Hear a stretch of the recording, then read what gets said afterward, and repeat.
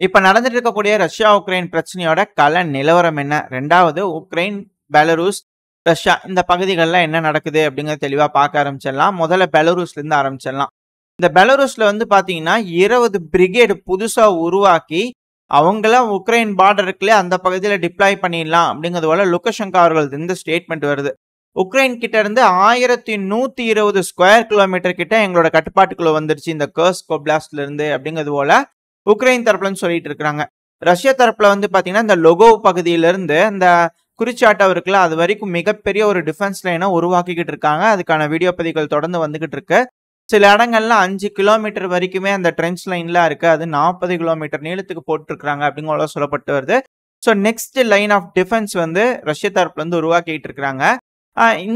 அந்த சமயத்துக்குள்ள ஃப்ரண்ட் லைன்ஸ்ல வந்து பாத்தீங்கன்னா சில பகுதிகளில் உக்ரைன் பிடிச்சிருந்ததெல்லாம் மீண்டும் ரஷ்யா கட்டுப்பாட்டுக்குள்ள எடுத்துட்டாங்க. 2வது புதுசா சில பகுதியில் ஃப்ராண்ட்டை ஓபன் பண்ணி உக்ரைன் டெஸ்ட் பண்ணிட்டு இருக்காங்க. இதுக்கு கவுண்டர் கொடுக்கறதுக்காக ரஷ்ய தரப்புல இருந்து கர்கிவ் பகுதியில் ஏதாவது வீக்னஸ் இருக்கா உக்ரைனுக்கு அப்படிங்கறத டெஸ்ட் பண்ணிட்டு இருக்காங்க.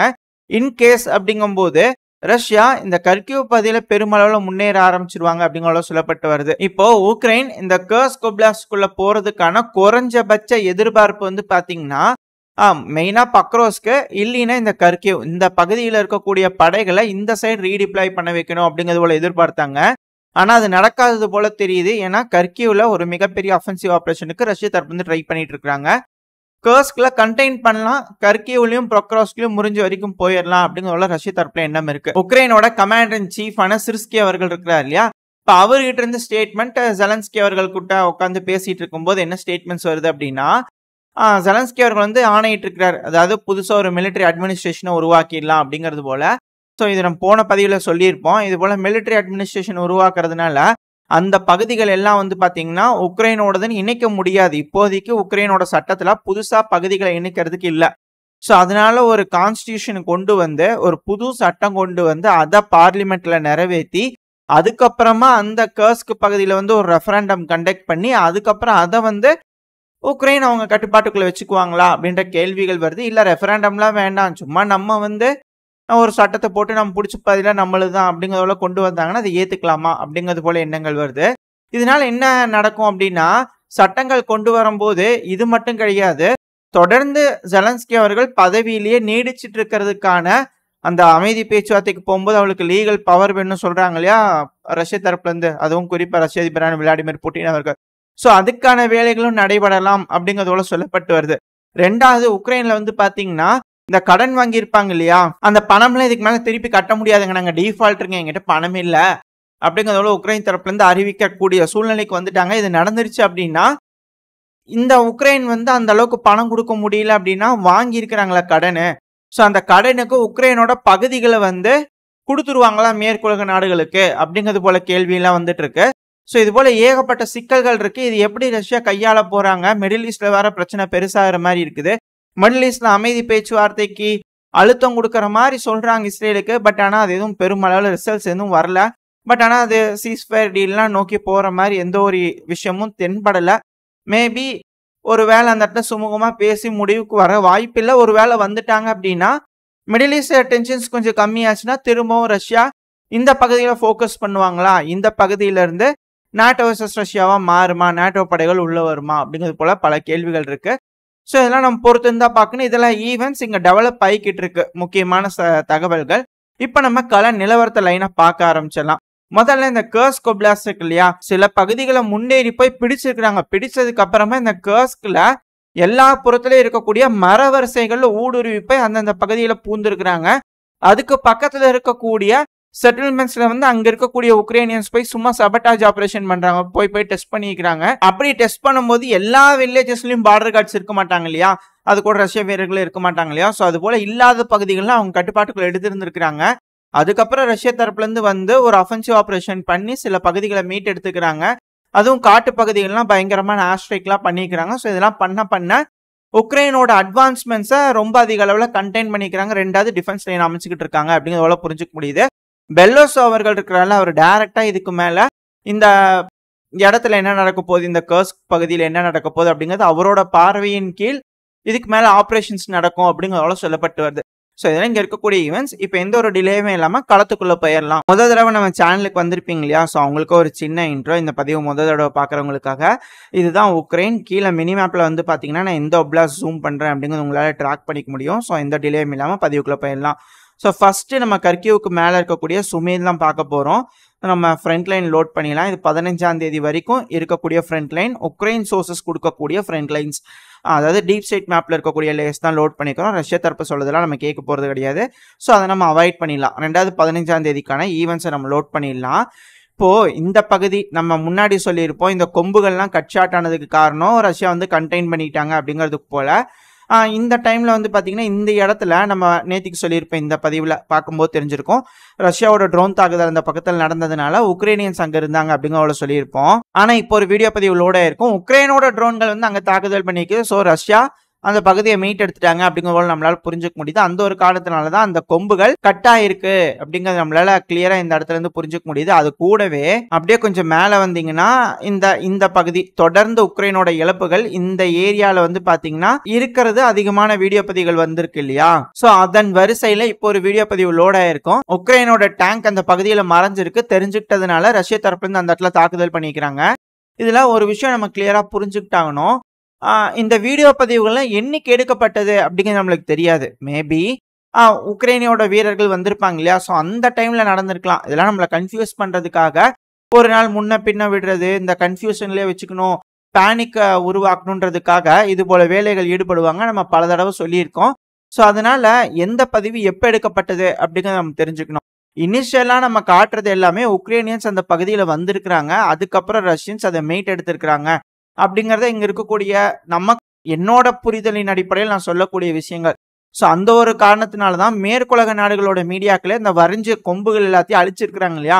ஸோ அது எல்லாத்தையும் வச்சு பார்க்கும்போது கிடைக்கக்கூடிய வீடியோக்கள்லாம் இப்ப வரக்கூடிய வீடியோக்கள்ல வச்சு பார்க்கும்போது உக்ரைனியன்ஸ் இனிஷியலா அந்த மரவரிசைகளை பிடிச்சி முன்னேறி வந்திருக்கிறாங்க. இருக்கக்கூடிய செட்டில்மெண்ட்ஸ் எல்லாம் விட்டுட்டு, அதாவது அங்க இருக்கக்கூடிய வில்லேஜுக்குள்ளெல்லாம் போய் சண்டை பிடிச்சிட்டு இருக்க முடியாது, மரவரிசையை பிடிச்சோமா காட்டுப்பகுதியில முன்னேறி போற வரைக்கும் போயிடலாம் அப்படிங்கிறது போல வந்திருக்கிறாங்க. ஒரு கட்டத்துக்கு மேல ரஷ்யர்கள் அவங்கள வந்து தடுத்து நிறுத்திக்கிறாங்க. ட்ரோன்கள் லான்ச் பண்ணிக்கிறாங்க, இஸ்காந்தர் மிசைல் லான்ச் பண்ணிக்கிறாங்க. இது போல பல தாக்குதல் பண்றதுனால உக்ரைனோட முன்னேற்றங்கள் அந்த மரவரிசைகளையும் தடுத்து நிறுத்திக்கிறாங்க. ஸோ அதனாலதான் அந்த நீண்டு போன கொம்புகள் அங்க இருக்கக்கூடிய உக்ரைனோட வீரர்கள் சரி பக்கத்து இருக்கிற வில்லேஜுக்குள்ள பூந்தரலாம் அப்படின்னு ட்ரை பண்ணும்போது அங்கேயும் போய் ரஷ்ய தரப்புல இருந்து சண்டையை பிடிச்சி மீட் எடுத்துக்கிறாங்க அப்படிங்கறத நம்மளால புரிஞ்சுக்க முடியாது. அதனாலதான் அந்த கொம்புகள்லாம் கட் ஷாட் ஆகிட்டே வந்துகிட்டு இருக்கு. ரெண்டாவது, இப்ப வரைக்கும் உக்ரைனோட இலக்கு என்ன, பிரதானமான இலக்கு என்ன அப்படிங்கிற நம்ம தெளிவா பார்த்துட்டு இருக்கோம் இல்லையா? ஸோ இப்போ மேப்ல பார்க்கும்போது திரும்பி ஒரு ரீகால் பண்ணிடுவோம், நம்மளுக்கு என்ன நடக்குது அப்படிங்கிற ஒரு விஷயம் நம்மளுக்கு தெளிவா புரிய ஆரம்பிக்கும். அதாவது நம்ம முன்னாடியே சொன்னது போலதான் இப்போ உக்ரைனோட பிரதானமான இலக்கு அப்படிங்கிறது இந்த எல்லோ கலர்ல மார்க் பண்ணியிருக்கேன் இல்லையா? அங்க இருக்கக்கூடிய பகுதிகள் எல்லாம் வச்சு பார்க்கும்போது எந்த அளவுக்கு உக்ரைன் முன்னேறி வந்து பிடிச்சிக்கிறாங்கன்னா, இந்த லுபிமோவோக்கா, ரெண்டாவது சுதா. இந்த சுதாலையும் இன்னும் சண்டை நடக்கிறதா ரஷ்ய தரப்பு சொல்றாங்க. பட் நம்ம அதெல்லாம் கருத்துல எடுத்துக்க வேணாம், முழுவதும் உக்ரைனோட கட்டுப்பாட்டுக்குள்ள வந்துருச்சு அப்படிங்கிறது போல நம்ம எடுத்துக்கலாம். ரெண்டாவது, புதுசா ரீஇன்ஃபோர்ஸ்மெண்ட் வந்துட்டு இருக்காங்க, அதுக்கான இமேஜ் சைட்ல லோட் ஆயிருக்கும். இதுக்கு முன்னாடி 81வது பிரிகேட் வந்து பாத்தீங்கன்னா காம்பேட் கேப்பபிலிட்டிஸ் இழந்துட்டாங்க அப்படிங்கிறது போல இங்க இருந்து இந்த கர்ஸ்க் ஓப்லாஸ்ட் வந்து பின்வாங்கி இருந்தாங்க. ஸோ அதனால புதுசா ஒரு ஏர் மொபைல் பிரிகேடை வந்து பாத்தீங்கன்னா உக்ரைன் அந்த பக்கத்துல ரீடிப்ளாய் பண்ணிக்கிறாங்க அப்படிங்கிற சொல்லப்பட்டு வருது. ஸோ இதை ரஷ்யா சாதகமா பயன்படுத்திட்டு கர்கிவ் பகுதியில முன்னேறி இல்லாமா அப்படிங்கிறது போல யோசனையில அந்த பகுதியில டெஸ்ட் பண்ணிட்டு இருக்கிறாங்க. இப்போ இந்த கர்ஸ்க் ஓப்லாஸ்ட்டை பொறுத்த வரைக்கும் எந்தெந்த பகுதிகள் முழுவதும் உக்ரைனோட கட்டுப்பாட்டுக்குள்ள வந்துருச்சு அப்படிங்கிறது போல ஒரு கேள்வி இருக்கு இல்லையா? இப்போ ஒரு வீடியோ பதிவு லோட் ஆயிருக்கும். இது இந்த குறிப்பா இப்ப புதுசா முன்னேறிக்கக்கூடிய ஒரு பகுதி அப்படின்னு சில அனலிஸ்ட் தரப்ப சொல்றாங்க. பட் ஆனா அப்படிலாம் எனக்கு தெரிஞ்சு இல்ல. புதுசா இந்த கர்ஸ்க் ஓப்லாஸ்ட்ல ஒரு பார்டர் இன்கர்ஷன் பண்ணி முன்னாடி ஊடுருவி போய் பிடிச்ச மாதிரி எனக்கு தெரியல. பட் ஆனா ஆல்ரெடி முன்னேறி வந்திருப்பாங்க இல்லையா? ஸோ அதோட பக்கவாட்டுகள்ல முன்னேறி வந்து ரஷ்யாவோட கர்ஸ்க் ஓப்லாஸ்ட்ல இருக்கக்கூடிய வென்சபோன் பேர் கொஞ்சம் கட்டவில்லை, மேப்ல காட்டுறேன் உங்களுக்கு புரியும். ஸோ அந்த பகுதியை வந்து உக்ரைன் அவங்க கட்டுப்பாட்டுக்குள்ள எடுத்துதான் சொல்லப்பட்டு வருது. ஸோ குறிப்பா இந்த ஒரு பகுதி தான். ஸோ உங்களுக்கு இந்த இடத்துல பார்த்தாலே தெரியும், இந்த நொவெலினோ டார்லினோ, ரெண்டாவது இந்த டார்லினோ இருக்கு இல்லையா? ஸோ அதோட புறநகரங்கள் ஃபுல்லாவே மரவரிசைகள் தான். ஸோ மேபி உக்ரைனோட வீரர்கள் இந்த ரூட்ல பயன்படுத்தி வந்து இந்த பகுதிகளை அவங்க கட்டுப்பாட்டுக்குள்ள எடுத்திருக்கலாம் அப்படிங்கிறது என்னோட கருத்து. ஆனா சில நபர்கள் என்ன சொல்றாங்கன்னா, இல்ல உக்ரைன் புதுசா இந்த பகுதிகள் எல்லாத்தையும் அவங்க கட்டுப்பாட்டுக்குள்ள எடுத்துட்டேங்க அப்படிங்கிறாங்க. பட் எது எப்படியோ இருதரப்புல சொல்லக்கூடிய கருத்துக்கள் உங்ககிட்ட கொடுத்தாச்சு. நீங்க தான் அலசி ஆராய்ஞ்சு எது சரியா இருக்கும் அப்படிங்கிற முடிவுகள் எடுத்துக்கணும். அடுத்தது இந்த லுபிமோவோக்கா தான். இப்ப அதுக்கான வீடியோ பதிவு லோட் ஆயிருக்கும். அந்த பகுதி வந்து பாத்தீங்கன்னா நார்மலா எப்பவும் போல ஒரு ட்ரூப்ஸ் முன்னாடி வந்து முன்னேறி வந்து ஒரு சாபட்டாஜ் குரூப் முன்னாடி போய் அங்க இருக்கக்கூடிய பகுதிகளை பிடிச்சு அதுக்கப்புறம் முன்னேறி போறதுக்காக இது ஒரு பேஸா வச்சிருக்காங்கன்னு சொல்லியிருந்தோம் இல்லையா? ஸோ அந்த பகுதியில் எடுக்கப்பட்ட பதிவு தான் இது. ஸோ இதை வச்சு பார்க்கும்போது அந்த பகுதி முழுவதும் உக்ரைனோட கட்டுப்பாட்டுக்குள்ள வந்துருச்சு அப்படிங்கிறது எவ்வளவு புரிஞ்சுக்க முடியுது. அடுத்தது இங்க கீழே இருக்கிற பகுதி ஆக்சுவலா இந்த கிரி வரைக்குமே வந்து பாத்தீங்கன்னா சில நபர்கள் உக்ரைனோட கட்டுப்பாட்டுக்குள்ள வந்துருச்சுப்பா அப்படிங்கிறது எவ்வளவு சொல்லியிருப்பாங்க. நம்மளே வந்து பாத்தீங்கன்னா அப்படிதான் வரைஞ்சு காமிச்சிருப்போம். இந்த ஆக்ஷன் பிளான்ல வந்து பாத்தீங்கன்னா நம்மளே அப்படிதான் வரைஞ்சு காமிச்சிருந்தோம். பார்த்தீங்கன்னாலே தெரியுது ஃபுல்லாவே உக்ரைனோட கட்டுப்பாட்டுக்குள்ள வந்துருச்சுன்னு. பட் ஆனா நான் அப்பவே சொல்லியிருந்தேன் இல்ல இது வரைக்கும் தான் இருக்குன்னு. ஸோ உக்ரைனும் அது வரைக்கும் தான் இருக்கு அப்படிங்கிறத சொல்லிக்கிறாங்க. நான் பொர்க்கி இந்த பகுதியெல்லாம் சண்டை நடந்துட்டு இருக்கு அப்படிங்கிறத சொல்றாங்க. ஆக்சுவலா என்ன நடந்திருக்கு இந்த பகுதியில அப்படின்னு நம்ம புரிஞ்சுக்கணும்னா இப்போ வந்து பாத்தீங்கன்னா ஒரு வீடியோ பதிவு லோட் ஆயிருக்கும். அந்த பொர்க்கிலாம் தாண்டி உக்ரைனோட வீரர்கள் வந்து பாத்தீங்கன்னா நடந்து போயிட்டு இருப்பாங்க. ஸோ அப்படி நடந்து போயிட்டு இருக்கும்போது இந்த கிரிக்கு பக்கத்துல வந்து பாத்தீங்கன்னா ரஷ்ய வீரர்கள் தடுத்து நிறுத்தி சண்டை பிடிச்சிக்கிறாங்க. ஏன்னா அந்த இடத்துல தான் வீரர்கள் இருக்காங்க ரஷ்ய வீரர்கள். ஸோ அதுக்கான வீடியோ பதிவு லோட் ஆயிருக்கும். சண்டை பிடிச்சிருக்கும் போது ஒரு சின்ன ஒரு ஸ்டோரேஜ் இடம் மாதிரி இருந்திருக்குது, ஒரு வேர் ஹவுஸ் மாதிரி. அந்த இடத்துக்குள்ள வந்து சண்டை நடக்கும்போது பின்வாங்கி உக்ரைனோட வீரர்கள் போயிருக்கிறாங்க. அந்த பொர்க்கி இருக்குது இல்லையா? ஸோ அதை தாண்டி இந்த கிரிக்கு நடுவில் இருக்கக்கூடிய ஒரு பகுதி. ஸோ அந்த இடத்துக்கு பின்வாங்கி போகும்போது அதை தெரிஞ்சுக்கிட்டு ரஷ்ய தரப்பு வந்து அந்த இடத்துல ஒரு ஸ்ட்ரைக் பண்றாங்க. அந்த இடமே ஃபுல்லாவே சர்வநாசமாயிடுச்சு. ஏகப்பட்ட உக்ரைனோட வீரர்கள் இந்த பகுதியில இருந்தா பிடிச்சிருக்கிறாங்க அப்படிங்கிறாங்க. ஸோ இதெல்லாம் வந்து பாத்தீங்கன்னா ஒரு நாள் ஒரு வீடியோ பதிவுகள் வரும். இதெல்லாம் வச்சு நம்ம அனலைஸ் பண்ணி பார்க்கும்போது இப்படி நடந்திருக்கு அப்படிங்கிற நம்மளால புரிஞ்சுக்க முடியுது. இது எப்படி கன்ஃபார்ம் பண்ணலாம்னா இப்ப ரஷ்ய தரப்பு வந்து ஒரு வீடியோ பதிவு விட்டுருக்காங்க.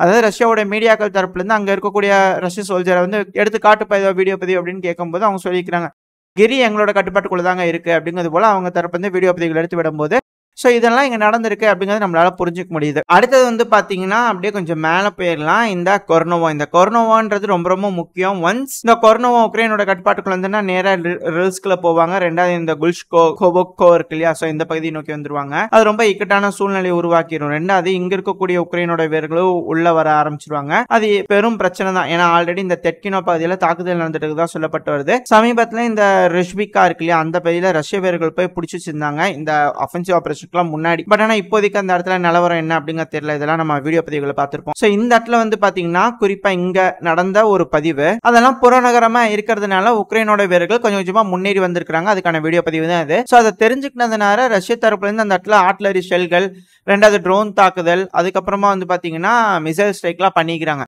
சோ அப்படி மிசைல் ஸ்ட்ரைக் பண்ணும்போது தான் இந்த கொரோனாவுக்கு வடகிழக்கு பகுதியா சோ அந்த பகுதியில வந்து பாத்தீங்கன்னா உக்ரைனோட வீரர்கள் வந்து பிரிஞ்சு போயிருக்கிறாங்க. ஸோ அங்க இருக்கிறவங்க ரிட்டர்ன் வந்திருக்கிறாங்க. அங்க போகும்போது தான் பப்ரி ஸ்குவாட் வந்து ட்ரோன் தாக்குதல் பண்ணாங்கன்னு சொல்லியிருந்தோம் இல்லையா? ஸோ அந்த வீடியோ பதிவு அங்க எடுக்கப்பட்டது. அடுத்தது வந்து பாத்தீங்கன்னா அப்படியே கொஞ்சம் கீழே அவங்க பின்வாங்கி வந்திருக்கிறாங்க. ஸோ அந்த பகுதி வந்து பாத்தீங்கன்னா குறிப்பா இங்க இருக்கக்கூடிய பகுதி. ஸோ இங்க முன்னாடி போயிருக்கிறாங்க. ஆக்சுவலா இந்த பார்த்தக்கூடிய வீடியோ பதிவு வந்து பாத்தீங்கன்னா 14ஆம் தேதி எடுக்கப்பட்ட வீடியோ பதிவு. ஆனா நேத்திக்கு வந்து நம்மளுக்கு தெரிஞ்சிருக்கு இந்த இடத்துல வந்து ட்ரோன் தாக்குதல் நடந்திருக்கணும். ஸோ இப்படி முன்னேறி வரும்போது போயிருந்திருக்காங்க. ஸோ இந்த இடத்துல தாக்குதல் பெருசா இருந்ததுனால உக்ரைனோட வீரர்கள் வந்து பின்வாங்கி வரும்போது இந்த பகுதியில் வந்து பாத்தீங்கன்னா திரும்பவும் ரஷ்ய வீரர்கள் வந்து தாக்குதல் பண்ணியிருப்பாங்க. ஸோ இந்த வீடியோ பதிவுகளை ஒரு நாள் ஒரு வீடியோ பதிவுகள் வந்து ஸோ இதெல்லாம் வச்சு பார்க்கும்போது கொரோனாவா இன்னும் உக்ரைனோட கட்டுப்பாட்டுக்குள்ள வரல. ப்ரோ உக்ரைனியன் சோர்சஸ் நீங்க எடுத்து பாத்தீங்கன்னா இன்னும் அந்த பகுதி அவங்க கட்டுப்பாட்டுக்குள்ள வரலன்னு தான் சொல்லுவாங்க. ரெண்டாவது அங்க சண்டை நடக்குதுமாங்க. பட் ஆனா ரஷ்ய தரப்புல இல்ல, சண்டைங்கிறது புறநகரத்தில் தான் இருக்கு, சிட்டிக்குள்ள இல்ல அப்படிங்கிற போல அவங்க தரப்புல சொல்லப்பட்டு வருது. எது எப்படியோ இரு தரப்புல சொல்லக்கூடிய கருத்துக்கள் உங்ககிட்ட கொடுத்தாச்சு. நீங்க தான் அலசி ஆராய்ஞ்சு எது சரியா இருக்கும் அப்படிங்கிற முடிவுகள் எடுத்துக்கணும். இதோட இந்த பதிவு நாம் முடிச்சுக்கலாம். அதாவது கர்ஸ்க்கு மட்டும் பார்த்தாச்சு, இதுக்கே கொஞ்சம் டைம் எடுத்துருச்சு. ஸோ இதுக்கப்புறம் இந்த கர்கிவ்ல இருந்து கெர்சன் வரைக்கும் என்னெல்லாம் நடந்திருக்கு அப்படிங்கறத அடுத்த பதிவுல பார்க்க ஆரம்பிச்சிடலாம்.